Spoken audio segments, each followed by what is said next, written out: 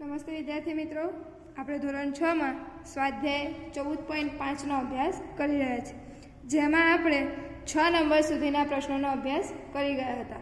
આજે આપણે પ્રશ્ન નંબર 7થી અભ્યાસ શરૂ કરવાના છે. તો પ્રશ્ન નંબર 7 છે, એમાં આપણને એવું આપ્યું છે કે રેખાખંડ એબીને વ્યાસ લઈને ઉપરનો પ્રશ્ન 6 ફરીથી કરો. તો મિત્રો, આપણે જે પ્રશ્ન નંબર 6 ગણ્યો હતો એમાં આપણે જીવા દોરી હતી અને એ જીવાનો લંબ દ્વિભાજક દોર્યો હતો. પણ અહીંયા આપણને શું દોરવાનો કીધો છે? વ્યાસ. તો આપણે અહીંયા વ્યાસ દોરીશું અને એનો લંબ દ્વિભાજક દોરીશું. અને એ વર્તુળ 3.4 સેમીનું હતું, તો આપણે 3.4 સેમીનું વર્તુળ દોરીશું અને એનું કેન્દ્ર સી લઈશું. તો આપણે માપ લઈશું પરિકર ઉપર 3.4 સેમી, એટલે કે 3ની ઉપર 4 કાપા. તો આ જે માપ આપણે મેળવ્યું એ 3.4 સેમીનું માપ છે. પણ સૌથી પહેલાં આપણે એનું કેન્દ્ર નક્કી કરવું પડશે. એટલા માટે આપણે કોઈ પણ બિંદુ લઈ લઈએ. સી લઈ લીધું. હવે એને કેન્દ્ર લઈ અને આપણે વર્તુળ દોરીશું. તો આ સીને કેન્દ્ર લઈ 3.4 સેમી ત્રિજ્યાવાળું વર્તુળ દોરીશું.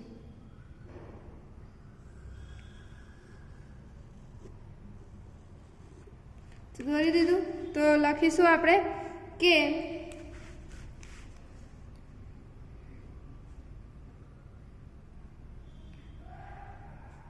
કોઈ પણ બિંદુ સી મેળવે. પછી શું કર્યું? સીને કેન્દ્ર લઈને 3.4 સેમી ત્રિજ્યાવાળું સીને કેન્દ્ર લઈ 3.4 સેમી ત્રિજ્યાવાળું વર્તુળ દોર્યું. હવે આપણને એની અંદર રેખાખંડ AB વ્યાસ દોરવાનો કીધો છે. હવે વ્યાસ એટલે શું? તો કેન્દ્રમાંથી જે રેખાખંડ પસાર થતો હોય એને આપણે વ્યાસ કહીશું. તો અહીં આપણે વ્યાસ દોરીશું. કોઈ પણ આપણે વ્યાસ અહીંયા દોરી શકીએ છીએ. તો આપણે આ રીતે દોરી શકીએ છીએ. ઊભો વ્યાસ દોરવો હોય તો ઊભો પણ દોરાય, ને આડો દોરવો હોય તો આડો પણ દોરી શકાય. તો મેં ઊભો દોર્યો છે અને એનું નામ આપીશું AB. તો આ બિંદુને નામ આપીશું A અને આ બિંદુને નામ આપીશું B. તો આ રીતે આપણે વ્યાસ AB દોર્યો છે. તો લખીશું કે રેખાખંડ AB વ્યાસ દોર્યો. હવે એનો લંબ દ્વિભાજક દોરીશું. તો લંબ દ્વિભાજક આપણને ખબર છે કે અડધાથી વધારે માપ લઈશું. જે રેખાખંડ AB છે એનો લંબ દ્વિભાજક.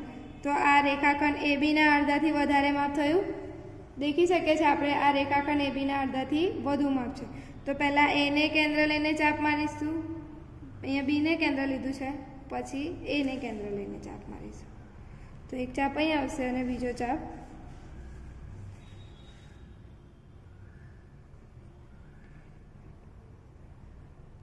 અહીં માર્યો અને બીજો ચાપ અહીં મારીશું. તો આ રીતે આપણે રેખાખંડ AB છે એનો લંબ દ્વિભાજક દોર્યો. અહીંયા આપણે બિંદુઓને નામ આપી દઈશું. અહીંયા નામ આપીશું P અને અહીં નામ આપીશું Q. અને એ બંને બિંદુઓને જોડીશું. તો એ બંને બિંદુઓને જોડીશું આ રીતે. આ બંને બિંદુઓને જોડી અને રેખાખંડ PQ દોર્યો આપણે. તો આપણે લખી દઈશું કે રેખાખંડ AB છે વ્યાસ, એનો લંબ દ્વિભાજક રેખાખંડ AB વ્યાસનો લંબ દ્વિભાજક રેખાખંડ PQ દોર્યો. હવે આપણને એમાં પ્રશ્ન હતો કે લંબ દ્વિભાજક જે દોર્યો આપણે એ લંબ દ્વિભાજક સીમાંથી પસાર થાય છે? તો હા, સીમાંથી પસાર થાય છે. તો લખીશું કે રેખાખંડ AB વ્યાસનો લંબ દ્વિભાજક વર્તુળના કેન્દ્ર સી માંથી પસાર થાય છે. તો આગળ આપણે જે પ્રશ્ન કર્યો એમાં જીવા દોરવાની હતી, તો આપણે જીવા દોરીને કર્યું હતું. આમાં આપણને વ્યાસ દોરવાનું કહ્યું હતું, તો આપણે અહીંયા વ્યાસ દોર્યો છે. તો આ રીતે આપણો જે પ્રશ્ન નંબર 7 છે એ અહીંયા પૂરો થાય છે. હવે આપણે પ્રશ્ન નંબર 8 જોઈશું. તો પ્રશ્ન નંબર 8 આપણને આપ્યો છે કે 4 સેમી ત્રિજ્યાવાળું વર્તુળ દોરો, તેની કોઈ પણ બે જીવા દોરો અને આ બંને જીવાના લંબ દ્વિભાજકોની રચના કરો. તે બંને પરસ્પર ક્યાં છેદે છે? એટલે કે આપણે વર્તુળ દોરવાનું છે અને એની બે જીવા દોરવાની છે. કોઈ પણ બે જીવા દોરીશું. તો સૌથી પહેલાં આપણે કોઈ એક બિંદુ નક્કી કરીશું. તો અહીંયા આપણને બિંદુ આપ્યું છે, નથી આપ્યું તો આપણે કોઈ પણ બિંદુ અહીંયા નક્કી કરી શકીએ છીએ. ઓ લઈ લઈએ, બરાબર. તો અહીંયા ઓ બિંદુ લઈ લીધું.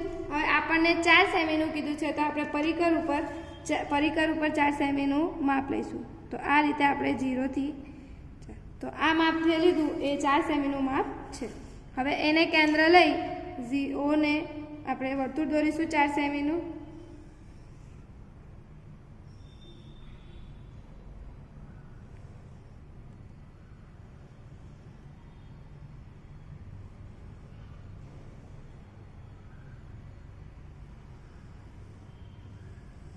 તો 4 સેમીનું વર્તુળ દોરી દીધું.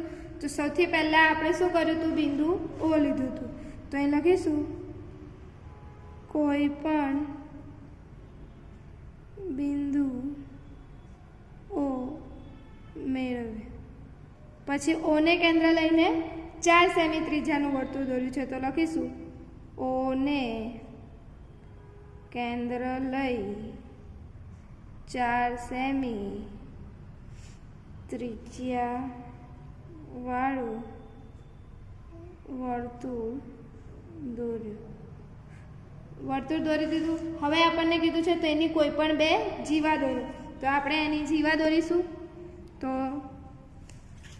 ઉપર નીચે દોરવી હોય તો ઉપર નીચે અને બાજુમાં દોરવી હોય તો બાજુમાં આપણે દોરી શકીએ છીએ. તો અહીંયા આપણે બાજુમાં દોરીએ છીએ, સાઈડ ઉપર દોરીએ છીએ, કારણ કે નીચે હતી એવી આપણે આગળ જોઈ ગયા હતા પ્રશ્ન નંબર 6માં. એટલે આપણે અહીંયા દોરીએ છીએ. તો બે જીવા દોરી દીધી અને એને નામ આપી દઈએ. આને નામ આપીશું AB અને આને નામ આપીશું CD. તો લખીશું કે વર્તુળની જીવા AB અને CD દોરી. વર્તુળની જીવા રેખાખંડ AB અને રેખાખંડ CD દોરી. હવે આ જે રેખાખંડ AB અને રેખાખંડ CD છે એના શું દોરવાના છે? લંબ દ્વિભાજક. તો લંબ દ્વિભાજક માટે આપણે બંનેના અડધાથી વધારે માપ લઈ અને લંબ દ્વિભાજક દોરીશું. પહેલાં ABનો દોરીએ. તો આ આપણે જોઈ શકીએ છીએ કે રેખાખંડ ABની લંબાઈના અડધાથી વધારે માપ લીધું છે. તો બીને કેન્દ્ર લઈને અહીંયા ચાપ માર્યો. એવી જ રીતે બીજો ચાપ અહીં મારીશું. એને કેન્દ્ર લઈને ચાપ મારીશું તો એક ચાપ અહીં આવશે અને બીજો ચાપ આપણે મારીશું અહીંયા. તો આ દોરી દીધો ABનો લંબ દ્વિભાજક. એના બિંદુઓને આપણે નામ આપી દઈશું. અહીંયા નામ આપી દઈએ P અને અહીંયા નામ આપી દઈએ છીએ Q. તો આ બંને જે P અને Q આપણે મેળવ્યા એ બંનેને જોઈન્ટ કરીશું. તો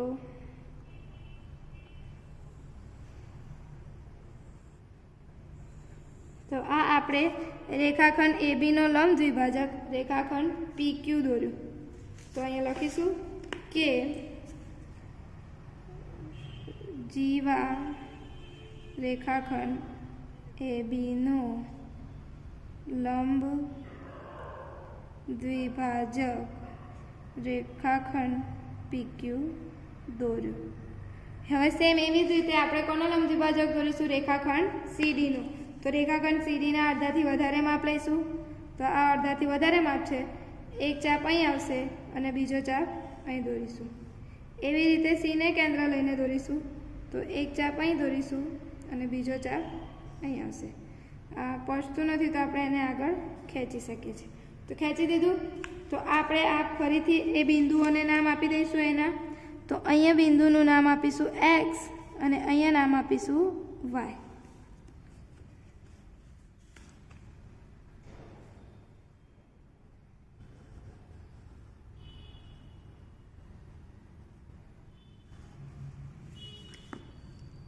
તો આ રીતે આપણે જે XY છે એ દોર્યો. તો અહીંયા આપણે લખી દઈશું કે જીવા રેખાખંડ CDનો લંબ દ્વિભાજક રેખાખંડ XY દોર્યો. હવે અહીં કીધું છે કે બંને પરસ્પર ક્યાં છેદે છે, તો બંને ક્યાં છેદે છે આપણે જોઈ શકીએ છીએ કે કેન્દ્ર ઓમાં. તો આપણે લખી શકીએ છીએ કે રેખાખંડ AB અને રેખાખંડ CD એ બંને જીવા એકબીજાને વર્તુળના કેન્દ્ર ઓમાં છેદે છે. તો આ રીતે આપણે લંબ દ્વિભાજકની રચના કરીશું. તો એ બંનેના લંબ દ્વિભાજક ક્યાં છેદશે? વર્તુળના કેન્દ્રમાં છેદશે. હવે આપણે આ જ સ્વાધ્યાયનો આગળનો પ્રશ્ન જોઈએ, પ્રશ્ન નંબર 9. તો પ્રશ્ન નંબર 9માં કહ્યું છે કે O શિરોબિંદુવાળો કોઈ પણ ખૂણો દોરો. તેના એક કિરણ ભુજ ઉપર બિંદુ A અને બીજા કિરણ ભુજ ઉપર બિંદુ B મેળવો કે જેથી OA બરાબર OB થાય. રેખાખંડ OA અને રેખાખંડ OBના લંબ દ્વિભાજકો દોરો જે બંને Pમાં છેદે. PA બરાબર PB થાય છે. એટલે કે પહેલાં આપણે ખૂણો દોરવાનો છે. તો અહીંયા આપણે ખૂણો દોરી દઈશું. કોઈ પણ માપનો દોરવાનો કયો છે, તો અહીંયા આપણે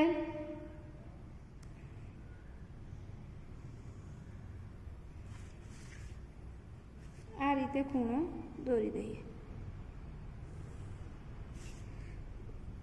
હવે કયું છે કે O શિરોબિંદુવાળું. તો આ અહીંયા આપણે મેળવીશું O શિરોબિંદુ.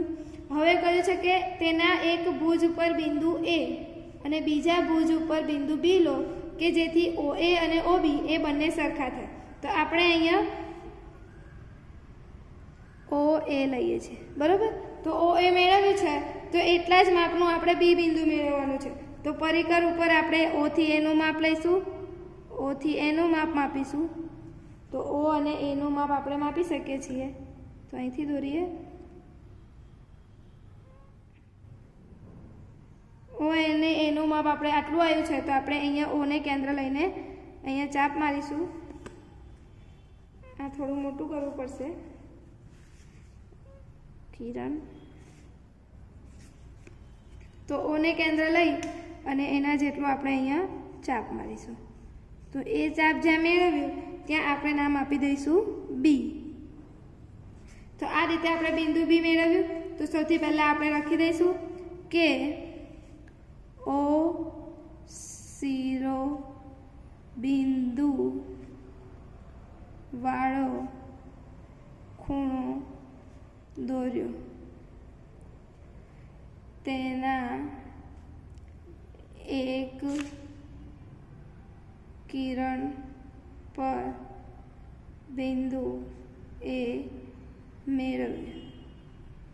હવે રેખાખંડ OA જેટલું માપ લઈ બિંદુ B મેળવ્યું. થઈ ગયું.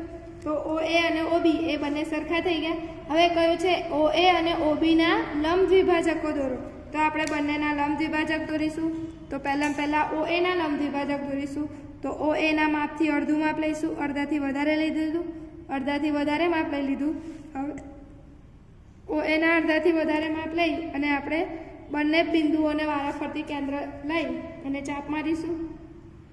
તો O ને કેન્દ્ર લઈને ચાપ દોર્યો. અહીં બીજો ચાપ આવશે નીચે. આ એક ચાપ અને આ હલી ગયું છે. તો આપણે ફરીથી વાપસ દોરી શકીએ છીએ. તો OA અહીંયા જેટલો ચાપ મારે એટલો જ નીચે મારીશું, એટલી જ લંબાઈનો. એવી જ રીતે O ને કેન્દ્ર લઈને એક ચાપ અહીં આવશે અને બીજો ચાપ અહીં આવશે. તો એક ચાપ આ થોડો લંબાઈ દઈશું. તો થઈ ગયું. તો એને આપણે બિંદુઓને નામ આપી દઈશું. અહીંયા નામ આપી દઈશું X અને અહીંયા નામ આપી દઈશું Y. તો આ રીતે આપણે એની રચના કરી. હવે એ બંને બિંદુઓને જોઈન્ટ કરી દઈશું. તો આ X અને આ Y એ બંનેને જોઈન્ટ કરી અને રેખાખંડ XY રચીશું. તો રચી દીધો રેખાખંડ XY. હવે આ જે પ્રોસેસ કરી એને આપણે લખી દઈશું કે કિરણ OA નો લંબ દ્વિભાજક રેખાખંડ XY દોર્યો. હવે એવી જ રીતે આપણે OB નો લંબ દ્વિભાજક દોરવાનું છે. તો આપણે અહીંયા જે માપ લીધું એ જ માપથી આપણે લંબ દ્વિભાજક દોરી શકીએ છીએ. તો આ ઓને કેન્દ્ર લઈને એક ચાપ માર્યો અહીંથી,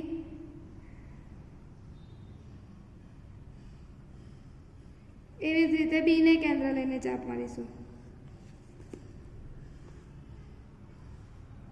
તો આપણે આ વધારવું પડશે આગળ છે તો દોરી દીધું. તો હવે એ બંને બિંદુઓને નામ આપી દઈએ. અહીંયા નામ આપી દઈશું એમ અને અહીંયા નામ આપી દઈશું એન. પછી એ બંને બિંદુઓને જોઈન્ટ કરીશું. એમ અને એન એ બંને બિંદુઓને જોઈન્ટ કરીશું. તો એમ અને એનને જોઈન્ટ કરીએ તો રેખાખંડ જે કિરણ ઓબી છે એનો લંબ દ્વિભાજક દોર્યો. તો આપણે લખી દઈશું કે કિરણ ઓબીનો લંબ દ્વિભાજક રેખાખંડ MN દોર્યો. હવે લંબ દ્વિભાજક પછી કયું છે? જે બંને Pમાં છેદે છે. આ બંને છેદે છે એટલે કે આ XY અને આ MN એ બંને અહીંયા છેદે છે, એકબીજાને ભેગા થાય છે. એને આપણે નામ આપી દઈશું P. તો અહીં લખીશું કે બંને લંબ દ્વિભાજક જ્યાં છેદે ત્યાં P નામ આપ્યું. હવે આપણને કહ્યું છે કે PA બરાબર PB થાય છે. તો આપણે P અને P અને B એ બંનેને જોઈન્ટ કરી શકીએ છીએ. તો આ P અને એને હું અહીંથી જોઈન્ટ કરી શકું છું અને એવી જ રીતે P અને Bને જોઈન્ટ કર્યું. હવે P અને એને જોઈન્ટ કરીશું. તો આ P અને એને જોઈન્ટ કરીએ તો આપણને પૂછ્યું છે સરખા થાય છે.